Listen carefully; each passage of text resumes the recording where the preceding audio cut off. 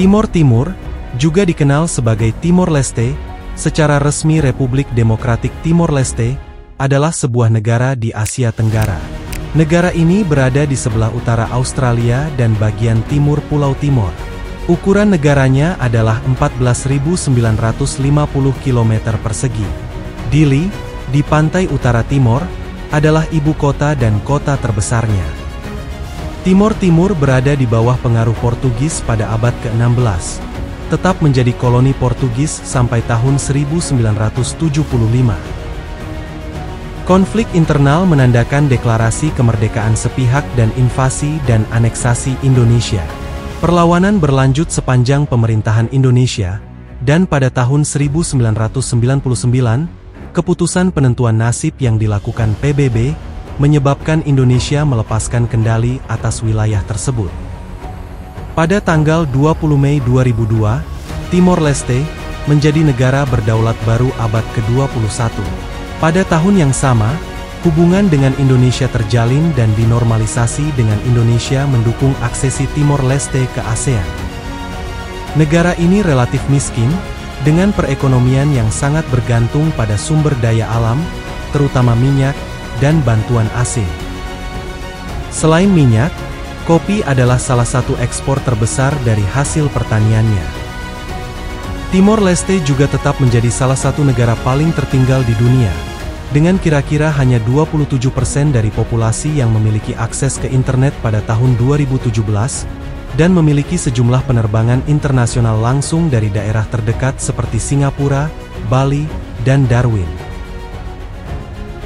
Timor Leste dianggap sebagai salah satu negara paling bebas di Asia, digolongkan sebagai satu-satunya demokrasi yang sepenuhnya bebas dan adil di Asia Tenggara. Pada sensus tahun 2022, penduduk Timor Leste diperkirakan berjumlah 1,3 juta jiwa. Penduduk Timor Leste merupakan orang keturunan Austronesia, Papua, dan sejumlah kecil minoritas Tionghoa Hakka, dan beberapa keturunan Portugis Eropa yang biasa disebut Mestikos. Pendidikan telah menyebabkan peningkatan melek huruf selama setengah abad terakhir, terutama dalam dua bahasa resmi Portugis dan Tetum. Keragaman etnik dan bahasa yang tinggi tercermin dari 30 bahasa asli yang digunakan di negara ini. Bahasa Indonesia masih dominan dipakai warga perbatasan Timor Leste sebagai sarana komunikasi mereka. Hampir seluruh penduduknya beragama Katolik Roma, dengan minoritas Protestan dan Islam. Sekitar 7/10 negara ini adalah pedesaan dan sekitar setengahnya tinggal di Dili.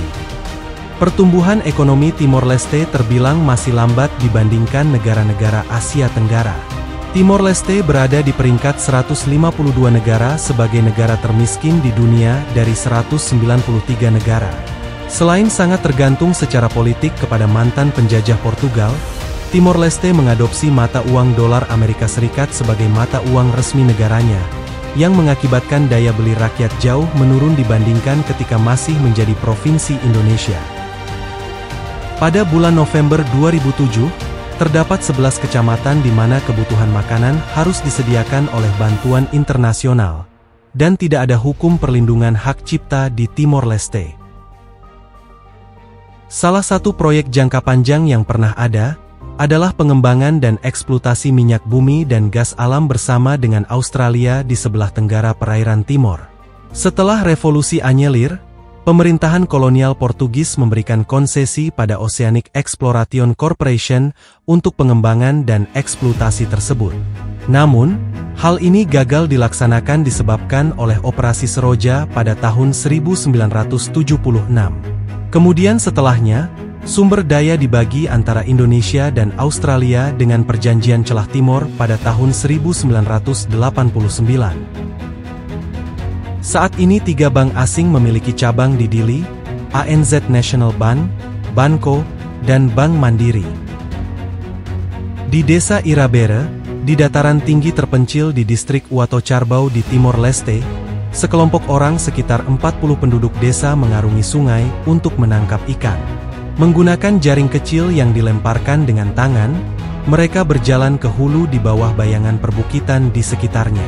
Segelintir anak-anak yang energik bermain untuk melepaskan ikan yang tertangkap dengan memukul-mukul jaring.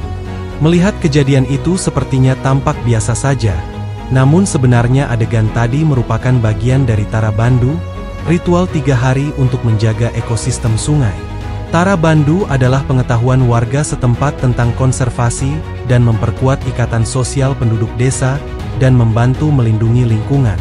Misalnya, jika suatu komunitas memiliki laguna, habitat penting bagi ikan dan spesies air lainnya, komunitas desa akan melindungi laguna itu dengan ritual Tara Bandu untuk jangka waktu tertentu, agar alam punya waktu untuk memulihkan dirinya sendiri, untuk meningkatkan jumlah ikan yang mereka miliki, dan mendistribusikan sumber daya tersebut ke seluruh penduduk yang berpartisipasi dalam acara itu.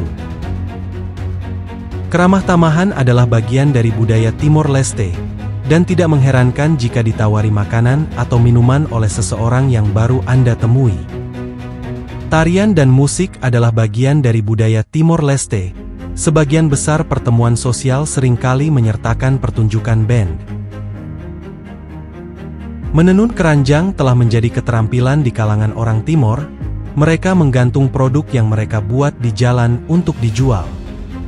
Budaya lain yang menarik dan unik di Timor Leste adalah bahwa wanita memiliki kebiasaan untuk menghilangkan semua bulu tubuh, kecuali di kepala, pada saat mereka mencapai tahap remaja atau sekitar usia 15 tahun. Di lembah perbukitan Pulau Timor terdapat desa adat Boti, dihuni oleh suku asli Pulau Timor, suku Boti yang masih keturunan suku Amanuban yang termasuk satu dari 3 suku besar di Pulau Timor. Untuk berkomunikasi, suku Boti menggunakan bahasa asli suku Timor, bahasa Dawan. Desa Boti terdiri atas Boti dalam dan Boti luar. Perbedaan itu didasarkan atas kepercayaan dan agama yang dianut. Warga Boti luar menganut agama sementara Boti dalam menganut kepercayaan dinamisme, yaitu kepercayaan terhadap Uis Pah Dewa Bumi dan Uis Neno Dewa Langit. Wilayah tempat bermukim antara keduanya dibatasi dengan pagar kayu.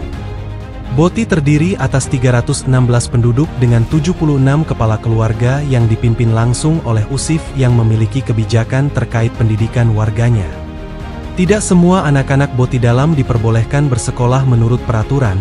Keluarga yang memiliki anak lebih dari 1 memiliki kesempatan menyekolahkan salah satu anaknya, sedangkan keluarga dengan 1 anak dilarang menyekolahkan anaknya. Tujuannya anak yang tidak bersekolah diharapkan dapat meneruskan dan menjaga tradisi, sementara yang bersekolah diharapkan mengerti pemerintahan. Dengan sistem tersebut anak-anak Boti dalam akan saling berbagi ilmu pengetahuan, tanpa melupakan adat istiadat. Suku Boti memiliki prinsip hidup yang mandiri dan pantang menerima bantuan dari pemerintah.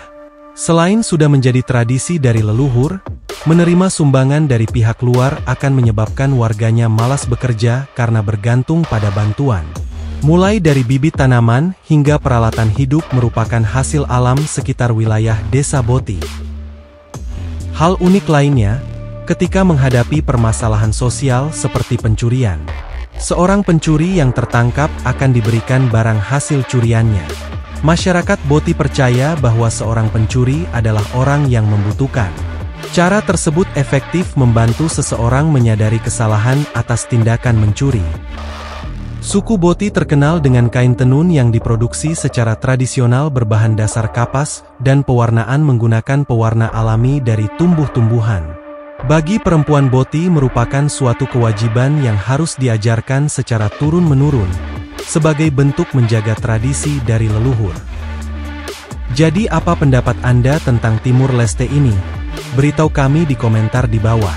Terima kasih telah menonton, dan jika Anda menikmati video ini dan menganggapnya informatif, silahkan klik tombol suka dan berlangganan.